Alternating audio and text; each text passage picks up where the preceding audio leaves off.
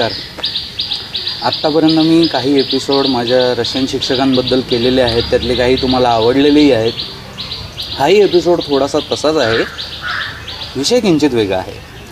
तसं बघायला गेलं तर आमच्या युनिव्हर्सिटीमध्ये म्हणजे कसं म्हणतो, आता असिस्टंट लेवल जी असते तिथेच डिप्लोमा किंवा डिग्री होल्डर्स होते, त्याच्यानंतर डॉक्टर्स होते, पोस्ट ग्रॅज्युएट्स होते, प्रोफेसर्स होते, PhD नॉमिनेट म्हणजे PhD कॅन्डिडेट आणि PhD होल्डर अशा दोन वेगवेगळ्या गोष्टी असतात, तेही होते.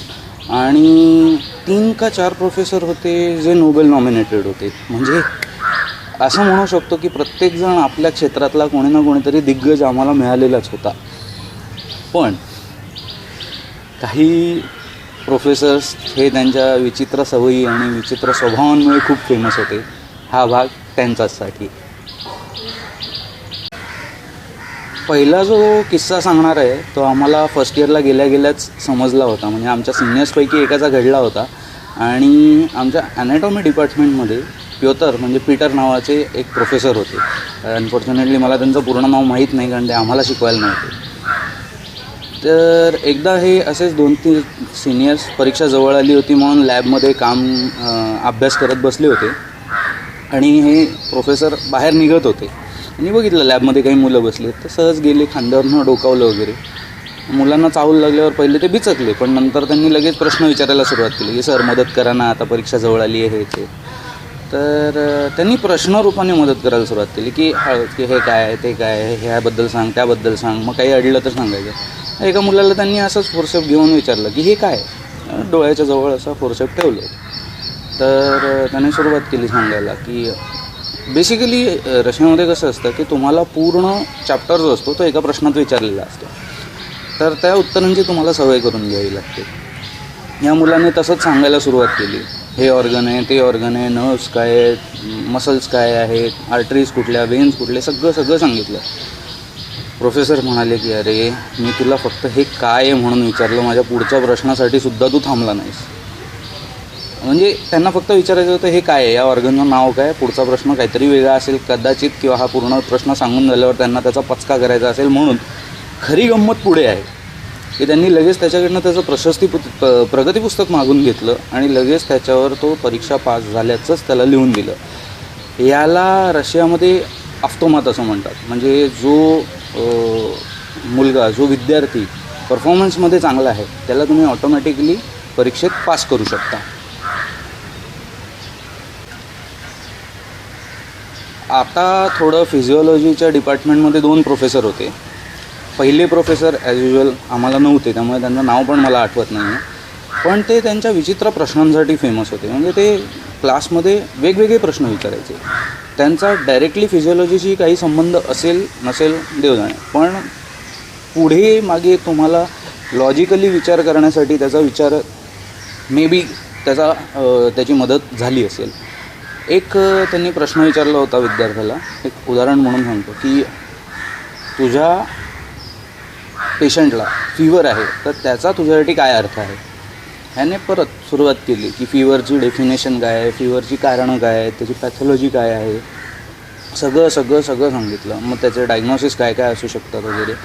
अरे वेड्या, तुला फक्त एवढंच विचारलं की तुझ्या पेशंटला फीवर आहे तर त्याचा तुला अर्थ काय, तर ऑब्व्हियसली तुझा धंदा होणार आहे, हा त्याचा अर्थ होतो. म्हणजे दरवेळीच लॉजिक लागतं अशातलाही प्रकार नाही आहे. दुसरा एक त्यांनी विचारलेला प्रश्न हा थोडा लॉजिकल होता, पण त्याचं उत्तरही पटकन निघतं की पूर्ण रूममध्ये सगळे विवस्त्र लोक आहेत आणि तू एकटा कपडे घालून आहेस, त्याचा अर्थ काय.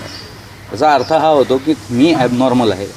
थोडं फिलॉसॉफी वगैरे शिकलं की नंतर आणि फिजिओलॉजी त्याच्यात ॲड केलं की हे अशी उत्तरं निघतात. दुसरे प्रोफेसर होते, ह्यांच्याबद्दल खास करून मला सांगायचं, आंद्रे पित्रोविच हे आमचे प्रोफेसर होते फिजिओलॉजीचे. आम्हाला आमच्या सिनियर्सनी सांगितलं होतं ह्यांचा स्वभाव कसा आहे, हे थोडे विसरभोळे आहेत, हे थोडे विचित्र वागतात क्लासमध्ये वगैरे वगैरे. जोपर्यंत तुम्ही डोकं घालत नाही मुसात तोपर्यंत तुम्हाला समजत नाही तुम्हाला काय फटके पडणार आहेत. हा माणूस क्लासमध्ये आल्यापासून क्लासमधून बाहेर जाईपर्यंत नोट्स सांगत असायचा किंवा प्रश्न विचारत असायचा. अटेंडन्स वगैरे काही याला काही फरक पडत नसायचा, तुम्ही काहीही करा. म्हणजे कित्येकदा तर असं व्हायचं की सुट्टी वगैरेच्या वेळेत एखाद दुसरा स्टुडंट उठून गेला त्याला फरकच नाही पडायचा, तो आपल्या धुंदीत फक्त शिकवत असायचा. एक त्यांच्या स्वभावातलं वैशिष्ट्य पहिल्यांदा जेव्हा घडलं तेव्हा आम्ही सगळ्या खूप बावचळून गेलो होतो. नोट्स वाचायला सुरुवात करतात, थांबत नाही. म्हणजे तुम्ही लिहिताना तुम्ही कुठे मागे पडलात वगैरे एकमेकांचा बघून लिहा. एकदा ते नोट्स आम्हाला डिक्टेट करता करता निघून गेले क्लासमधून. आणि कधी कधी असं व्हायचं की कोणी पटकन येऊन 2 मिनटासाठी काही विचारायला वगैरे बोलवायचं. मला वाटलं असंच काहीतरी झालं असेल. आम्ही आपले थांबलो आहे कागदावर पेन ठेवून आणि हा माणूस जवळपास 15-20 मिनिटांनी आला. जसा बाहेर जाताना वाचत वाचत गेला होता तसा आत येताना परत त्या शब्दापासून पुढे वाचत वाचत आत आला. आणि आम्हाला समजे ना आम्ही पटकन कुठनं लिहायला सुरुवात करू ते. कारण 15-20 मिनटं आम्हाला तर वाटलं झालं आता सुट्टीपर्यंत बसायचं आणि निघून जायचं वगैरे.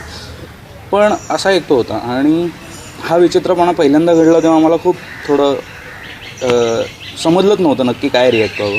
नंतर 2-3 वेळा घडला मग आम्ही यूज टू झालो. पण प्रोफेसर प्रचंड हुशार होता. म्हणजे ते फोटोत दिसतात की वेडसर नाही आहेत, पण ते इतके हुशार आहेत. फिजिओलॉजीच्या क्षेत्रामध्ये त्यांना फक्त रशियातच स्थान आहे असं नाही, तर भारतातसुद्धा कित्येक कॉन्फरन्सेसमध्ये त्यांना मानाचं स्थान असतं, त्यांना स्पेशल इन्व्हिटेशन असतं. पण माणूस हुशार आहे पण स्वभावाने मार खाल्ला अशातला प्रकार आहे. पुढच्या ज्या प्रोफेसरबद्दल सांगणार आहे त्यांचं असं आहे की प्रचंड विद्वत्तेने आलेला किंचित गर्विष्ठपणा याचं ते उदाहरण आहे. ही आमची जी टीचर होती एलेना नाव होतं, आडनाव फिलिपोव होतं की पपो होतं ते एक्झॅक्टली आता आठवत नाही आहे मला. ह्या प्रचंड गर्विष्ठ होत्या आणि त्यांच्या असण्यापाठीमागेही कारण होतं. पॅथ ॲनाटॉमीमध्ये त्यांचं एक विशिष्ट स्थान आहे. ते प्लासेंटल डायग्नॉस्टिक्स आणि प्लासेंटल डिसेक्शनमध्ये त्यांचा हात धरणारं माझ्या मते सेंट पीटर्सबर्गमध्ये तरी कोणी नाही आहे.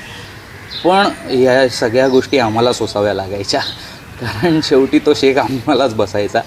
एक असेच स्टुडंट होते, दुसऱ्या स्टुडंटवरती काहीतरी मस्करीने बोलले आणि हिने ते ऐकलं. हिने फक्त ऐकलं नाही, गैरसमजही करून घेतला की तो जोक माझ्यावर मारला गेलेला आहे. वळून सांगितलं, तू मला एक्झाम देशील आणि चुकीचं उत्तर ज्या क्षणी देशील त्या क्षणी मी तुला फेल करेन.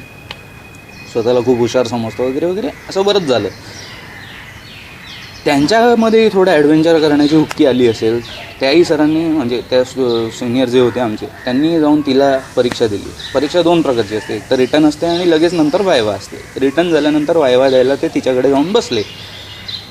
असं म्हणतात म्हणजे आत्तापर्यंतची लेजेंडरी एक्झाम आहे ती आमच्या इतिहासातली म्हणजे इंग्लिश मिडियमच्या इतिहासातली की जवळपास पाऊण तास 50 मिनटं असं काहीतरी त्यांचं एक्झाम चालली आणि त्याच्यात दोन्ही बाजूंनी तडातड प्रश्न उत्तरं चालली. सरते शेवटी त्यांनी एका कुठल्या तरी प्रश्नाचं चुकीचं उत्तर दिलं आणि तिने त्यांना त्या क्षणी फेल करून बाहेर काढलं. थोड्या अशा विम्झिकल गोष्टींनासुद्धा आम्हाला सहन करावं लागायचं.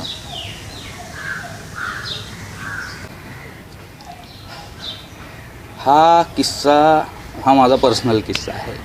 आम्हाला 5th इयरला असताना आर्त्यम लिओनिदोविच नावाचा एक तरुण आणि एकदम तडफदार सर्जरीचा प्रोफेसर मिळाला होता. हुशार नो डाऊट, प्रॅक्टिकल वगैरे नॉलेज भरपूर आम्हाला मिळायचं, प्लस थिअरिटिकल मिळायचं. पण ह्यांच्या स्वभावातलं एक होतं की पहिल्या दिवशी ठरवायचं की या क्लासमधला माझा बकरा कोणता आहे. तो मी होतो. अनफॉर्च्युनेटली तो मी होतो. आणि आम्हाला प्रत्येक क्लासला मार्क दिले जायचे.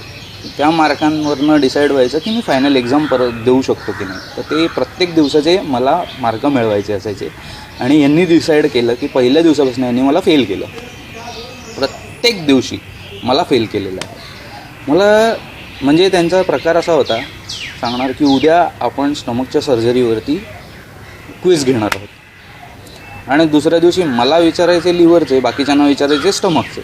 असंच चालायचं. किडनीचे विचारणार इतरांना, मला विचारणार स्टमकचे, एकाला विचारणार डिओडिनमचं सांगणार, मला विचारणार पॅनक्रियासचे. असंच चालायचं रोज म्हणजे काही माहीत नव्हतं. मिसगायडेड मिसाईल होतं, कुठलाही प्रश्न येईल. पण मी तर हताश झालो होतो. म्हटलं मला वाटलं होतं मी काय हे इयर पास करत नाही, हा माणूस काही मला फायनल एक्झाम देऊ देणार नाही. कुठून तरी त्यांना सुबुद्धी झाली, त्यांनी शेवटच्या दिवशी मला लिहून दिलं क्रेडिट आणि मी झालो पास. पण ह्या सगळ्या क्लासचा मला एक फायदा हा झाला की त्यावेळी जो अभ्यास रात्री बसून केला की बाबा हा माणूस काय प्रश्न विचारणार आहे माहीत नाही आहे, त्यामुळे रात्री बसून जो सर्जरीचा अभ्यास केला तो आजपर्यंत लक्षात आहे. अजून एक महत्त्वाची आणि गमतीशीर गोष्ट म्हणजे त्या वर्षाची एक्झाम सर्जरीची मी अभ्यास न करता पास झालो. मी मजा करत होतो, सगळेजण अभ्यास करत होते तेव्हा, कारण माझा अर्धा सिलेबस तर त्यांनीच घोटवून घेतला होता, अक्षरशः रगडून घेतला होता माझ्याकडनं. सो ते एक माझ्यावर त्यांचे उपकार. आणि पोस्ट ग्रॅज्युएशनला जाण्याच्या आधी मी काही दिवस हाही विचार केला होता की आपण सर्जरीच घेऊया का, आपण सर्जरीचा बऱ्यापैकी अभ्यासही केलेला आहे वगैरे वगैरे, पण काही तांत्रिक कारणांमुळे नाही जाऊ शकलो सर्जरीला. पण ते दिवस फार भयंकर गेले. अशा प्रकारे कितीही विचित्र असले, कितीही विचित्र स्वभाव असले तरी शेवटी आज आम्हाला जे काही माहिती आहे त्यांच्यामुळेच आहे.